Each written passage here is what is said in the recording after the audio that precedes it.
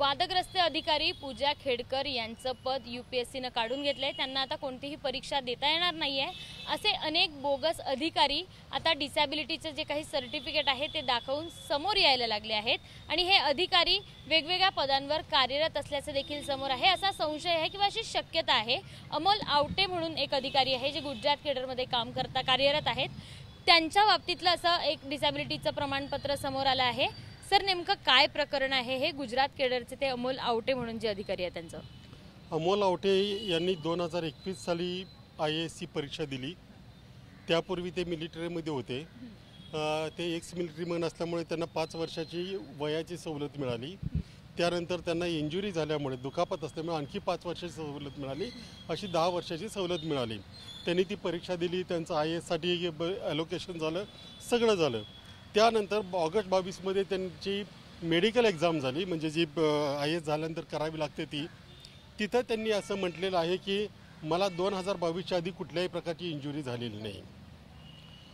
त्यानंतर जून 2024 म्हणजे आत्ता 1 महिन्यापूर्वी त्यांनी UDID म्हणजे अपंगत्व दाखवण्यासाठी जे सर्टिफिकेट लागतं त्याच्यासाठी अर्ज केला। त्याच्या 2 गोष्टी प्रामुख्याने दिसून आल्या की त्यांनी त्यांचं आजारपण एम्समधलं दाखवलं, म्हणजे त्यांच्या आणि आजीचं कुठलंही आजारपण नाही। असं असेल तर मग मिलिटरीची त्यांनी जी 2021ची परीक्षा दिली ती कशी दिली? दुसरी गोष्ट, मिलिटरीतून रिटायर झाल्यामुळे त्यांना पेन्शन आहे। असं असताना त्यांनी त्यांच्या अर्जामध्ये त्यांचं उत्पन्न 1 लाख ते 5 लाख वार्षिक दाखवलं आहे। आता UPSC सारखी परीक्षा देताना अर्जदारांनी उमेदवारांनी संपूर्ण खरी माहिती दिली पाहिजे असं अपेक्षित आहे। परंतु या दोन्ही बाबी त्या अपेक्षेला उतरत नाहीत। म्हणून मी ते ट्विट केलं आणि त्याच्यामध्ये UPSC आणि DOPT टॅग केलं की असे त्यांच्या याच्यामध्ये डिस्क्रपन्सी दिसते। आता पुढचं काम DOPT आणि UPSCचं आहे। 42व्या वर्षी त्यांनी शेवटची ही परीक्षा दिली होती आणि त्याच्यानंतर हे सगळं समोर 42व्या वर्षी ते अपंग असल्यामुळे त्यांना ते 10 वर्ष वाढवण्यात आले होते, बरोबर? एक्स मिलिटरीमन असल्यामुळे त्यांना टोटल 10 वर्षाची सवलत मिळाली वयामध्ये, या सगळ्या वयामध्ये। पण आता याच्यात असा प्रश्न निर्माण होतो की जर तुम्ही अधिकारी असाल तर तुम्हाला अनेक ठिकाणी सोशल मीडियावर पण त्यांचा प्रेझेन्स आपण जेव्हा बघतो तेव्हा त्यांचा एक फुटबॉल खेळतानाचा व्हिडिओ होता, पण तो आता डिलीट करण्यात आला आहे।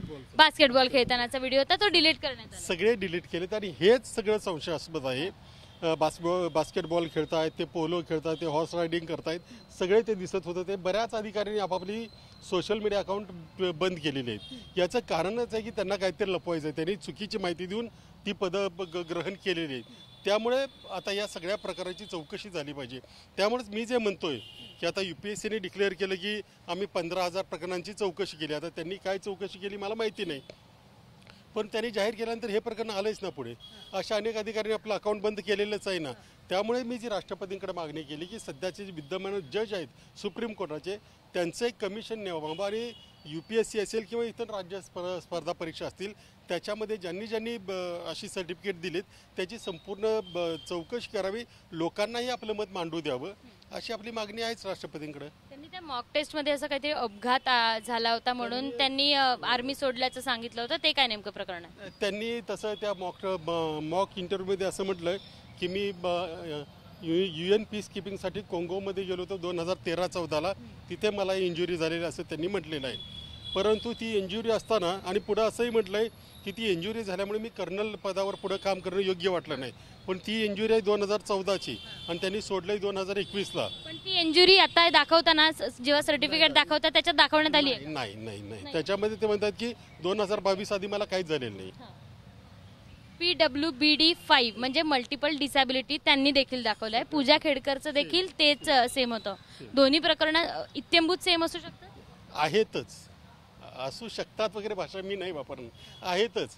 काय आहे हे आता UPSCने लोकांच्या समोर आणायचं आहे। मी एक सामान्य खाजगी व्यक्ती आहे, मला तेवढ्या डॉक्युमेंट्सना ॲक्सेस नाही। जे काय पब्लिक डोमेनमध्ये आहे त्याच्यावर मी प्रश्न उपस्थित केलेला आहे। सरकारी यंत्रणांनी याच्यावर आता जर UPSCला वाटत असलं की आपल्या प्रतिष्ठेला डाग लागू नये तर त्यांनी सगळं खरं सांगितलं पाहिजे।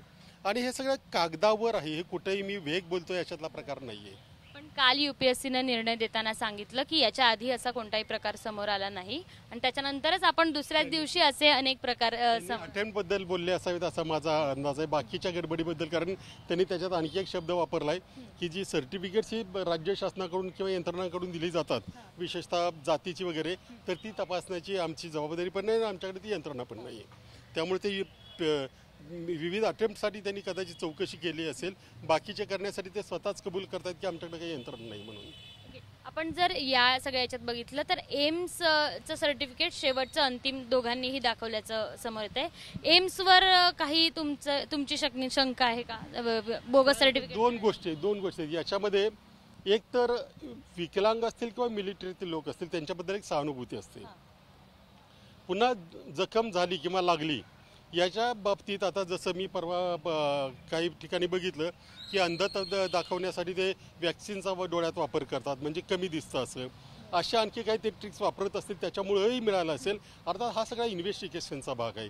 कारण डॉक्टरांना मी सांगितलं की मी एवढा अंधळा आहे, एवढं अंध पण मला आहे, तर त्यांना ते ऐकावं लागतं. मला समोरचं दिसत असतानाही मी जर नाही म्हटलं तर मग काय करावं. परंतु याच्यात दोन्ही शक्यता आहे. दोघांनाही तिथून सर्टिफिकेट मिळालेले आहे, त्यामुळे याची चौकशी मात्र झाली पाहिजे आणि सगळं खरं आहे ते पुढं आलं पाहिजे. केवळ एकट्या पूजावर कारवाई करून उपयोग नाही किंवा अमलवर कारवाई करून उपयोग नाही, तर याच्या ज्यांनी त्यांना ही सर्टिफिकेट्स दिली त्यांच्यासह, ज्यांनी दिली मदत केली त्यांच्यासह सगळ्यांवर फौजदारी झाली पाहिजे.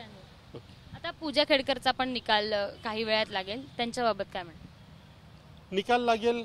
खरं तर त्यांना दिलेली जी झाली कारवाई ती सुद्धा मोठी कारवाई आहे, परंतु तेवढ्या कारवाईवर न थांबता संपूर्णपणे पोलीस चौकशी होऊन त्याही प्रकारात जे दोषी आहेत त्या सगळ्यांवर फौजदारी झाली पाहिजे.